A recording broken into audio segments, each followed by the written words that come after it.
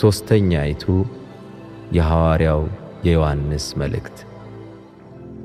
ሽማግሌው በእውነት እኔ ለምወደው ለተወደደው ለጋይዮስ ወዳጅ ሆይ ነፍስህ እንደሚከናወን በነገር ሁሉ እንዲከናወንልህና ጤና እንዲኖርህ ጸልያለሁ።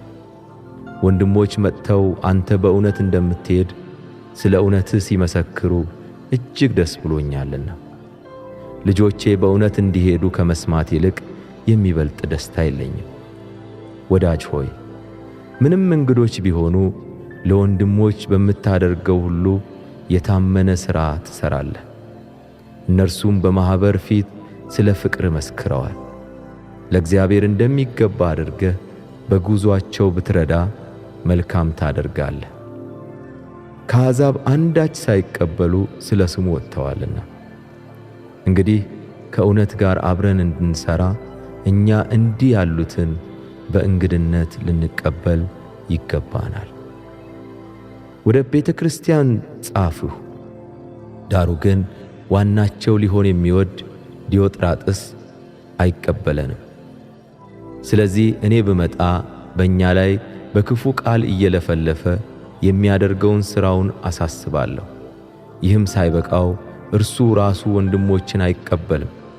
ሊቀበሏቸውም የሚወዱትን ከልክሎ ከቤተ ክርስቲያን ያወጣቸዋል።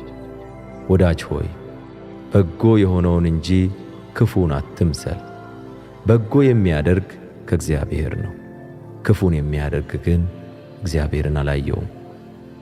ለዲሜጥሮስ ሁሉ ይመሰክሩለታል፣ እውነት ራሷም ትመሰክርለታለች፣ እኛም ደግሞ እንመሰክርለታለን።